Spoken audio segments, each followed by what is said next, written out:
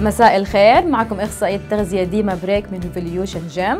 اليوم حابة احكي موضوع انه كيف نقدر نحرق سعراتنا الحرارية بشكل يومي. هلا عادة ما بنعتمد احنا بشكل يومي على الاكل قد ما احنا بنعتمد على نوعية الاكل عن كمية الاكل. قد ايه انت بتاكلي كمية الاكل، قد ايه انت بتنتجي بتحرقي كمية اكثر. ولكن في عنا عدة طرق بتساعدنا انه نحرق سعرات حرارية بشكل اسرع واحسن.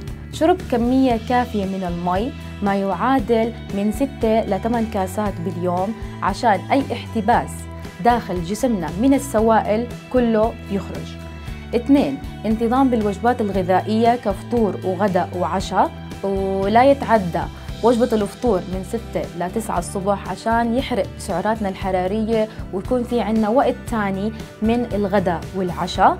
ممارسة الرياضة بشكل يومي أو 3 مرات في الأسبوع عشان يساعدنا بمعدل الأيض إنه يحرق أكثر. تناول الأغذية الغنية بالألياف مثل الخضروات والفواكه والأشياء اللي بتكون فيها مثل القمح والشوفان.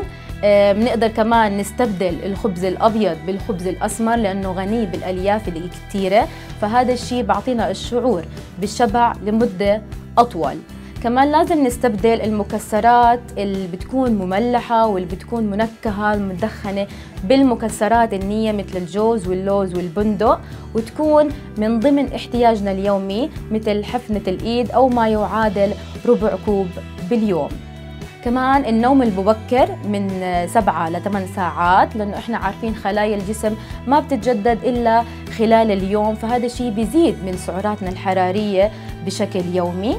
شرب المشروبات الساخنة كالزنجبيل والقرفة والشاي الأخضر لأنه بزيد بمعدل الحرق في أجسامنا.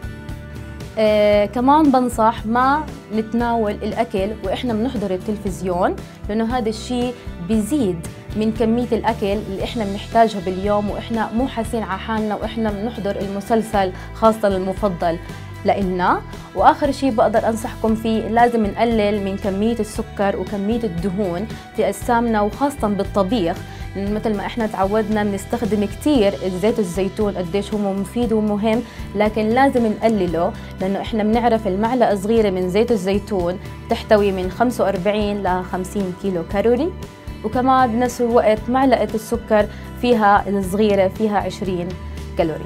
إن شاء الله تكونوا استفدتوا من النصائح اللي أعطيتكم إياها. لاقوني بحلقات تانية على مطبخ سيدتي.